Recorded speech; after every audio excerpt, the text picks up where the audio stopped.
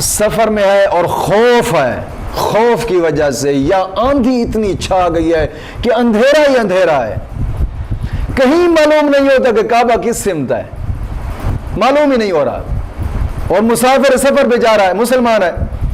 اب رب کا قرآن یہ کہتا ہے فَأَيْنَمَا تُوَلُّوا فَثَمَّ وَجْهُ اللَّهِ، تیرا جدھر منہ آ جائے نفل پڑھ لے، نفل پڑھ لے، نفل نماز کے لیے حکم ہے، جدھر منہ آتا نفل پڑھ لے تیرے ہو جائیں گے، نفل نماز کے بارے میں یہ حکم ہے۔ کبھی کبھار لوگ کہتے ہیں جناب بس کے اندر بھی تو سواری ہو رہے، نماز وہاں بھی پڑھ لیتے ہیں، بیٹھے بیٹھے سیٹ کے اوپر پڑھ لیتے ہیں۔ بہت زیادہ لوگ جو تبلیغ میں زیادہ جنہوں نے وقت گزارا ہوتا ہے جدھر منہ آ گیا نماز، بس کا تو معاملہ ہی نہیں ہے شریعت میں، وہ تو کشتی کا ہے، کشتی کا معاملہ۔ نماز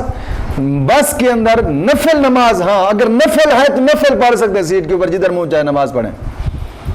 لیکن جو فرض ہے وہ بس کے اندر سیٹ پر بیٹھ کر بھی نہیں پڑھ سکتے۔ میں ایک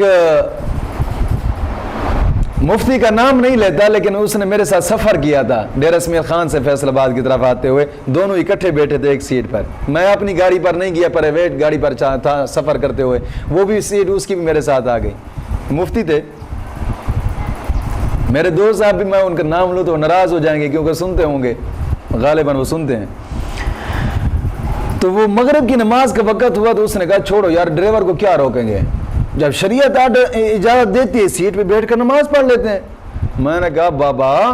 یہاں فرض نماز پڑھنے کا حکم نہیں ہے، یہاں تو نفل نماز پڑھ سکتے ہیں، ہم نے یہ پڑھا ہم نے وہ پڑھا۔ میں نے کہا کہاں ہی نہیں پڑھا،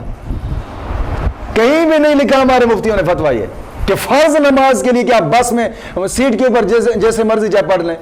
نفل نماز کا حکم ہے، وہ فرض کا نہیں ہے۔ ذہن میں ذہن نشین کر لیجیے گا اس مسئلے کو۔